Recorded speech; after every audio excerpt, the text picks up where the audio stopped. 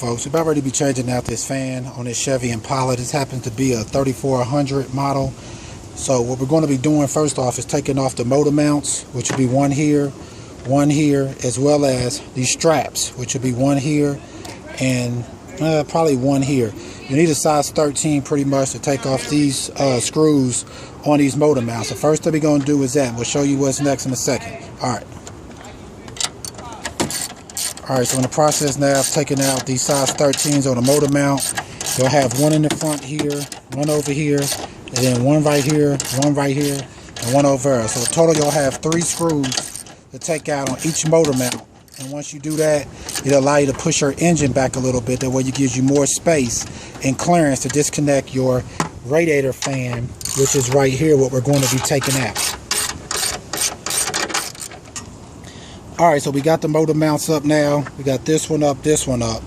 So now the next thing that we're going to be doing, we're going to go ahead. Actually, what we're going to do is go ahead and get the screw out of here. You'll have 2 screws that you got to take out of your actual your radiator fan. You'll have one right up inside of here that connects. Move your hand for a second. Yeah, you'll have one up in here, basically right beside your radiator fill valve. That'll look like that. That comes out. You'll have another one that's on the other side that you'll be taking out. That's over here. That first, what we're going to do now is go ahead and remove this bar right here that's going across it. That takes up the size 13 also.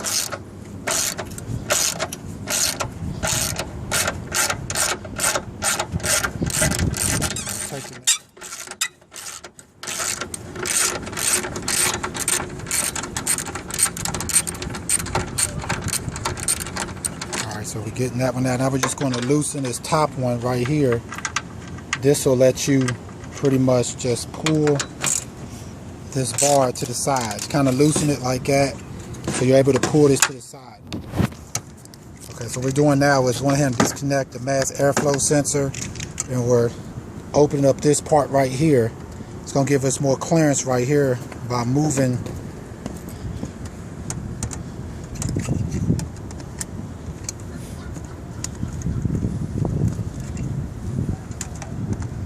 Taking out this screw, and we loosening this screw also right here. Mass airflow. Yeah, the mass airflow. Pull that off. Now you just kind of want to wiggle this off like that, and that should come out. Once you have that out, you want to set that to the side.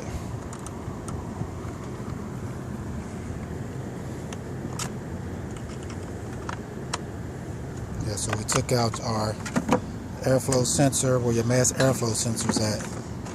Then what you're doing, you have this.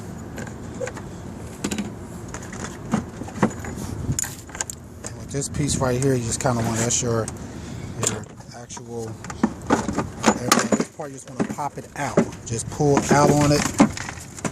Yeah, just kind of pull out on it. You kind of want to move it up. You'll be able to get access now. You'll have the wires still connected to this, but your other screw that goes to your fan is right here. You'll have a size 10 that's down there, pretty much right below. Just reach in there with your size 10.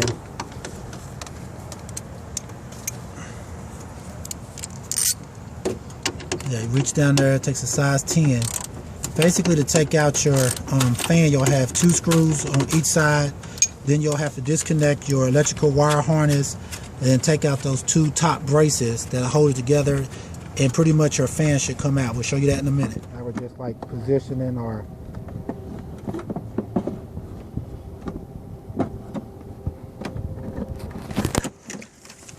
sticking that kind of back down where it belongs at.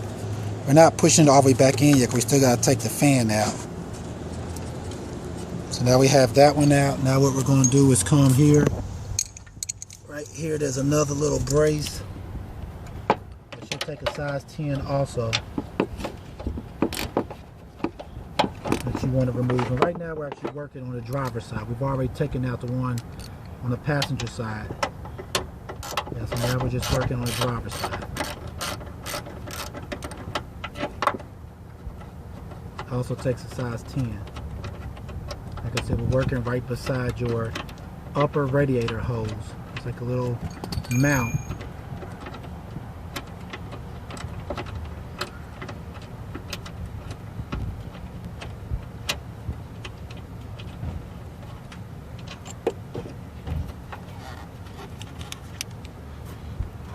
That you're going to be taking, that's what we just took out right here, which is a mount. It's pretty much holding your radiator back as well as your radiator fan. Now you do that, we're coming to the other side of the engine. Now we're coming here right, basically right behind your transmission line that goes to your radiator. You have another screw that's pretty much in the same position as the one on your driver's side was. Sometimes it helps if you take an extension and kind of stick the extension with your socket on there first. Then once you do that, then you should be able to get to it. It takes a size 10 also. Actually, I can show you on this one. This is the new fan. And what you're taking out is you had one screw that's right here. Then direct on the other side, you have another screw that's right here you gotta take out. And once you get those two screws out, you should be able to get, and then you gotta disconnect your wires, what'll be ran through. I don't know if you can see these pieces right here, they just kind of pop up. They're gonna be running through right here where your fan wire is going to be at. So you disconnect those, you should be able to take your fan out. Alright, so now we took out the other screw on the side. Once we get a coat hanger and tie it right there, that'll hold your hose out. I'll get you a rope or something. We're pulling that. And pull it to the side. That now gets what that we're out doing way. is we got to disconnect those electrical wires. Like that. Alright, so we basically got the fan up. Now we turn it, now you can see taking off these straps. Sometimes you take your screwdriver, pop the Like end this. Take your screwdriver. Right here in this corner. Yeah. That's where it releases at. Pop those straps open.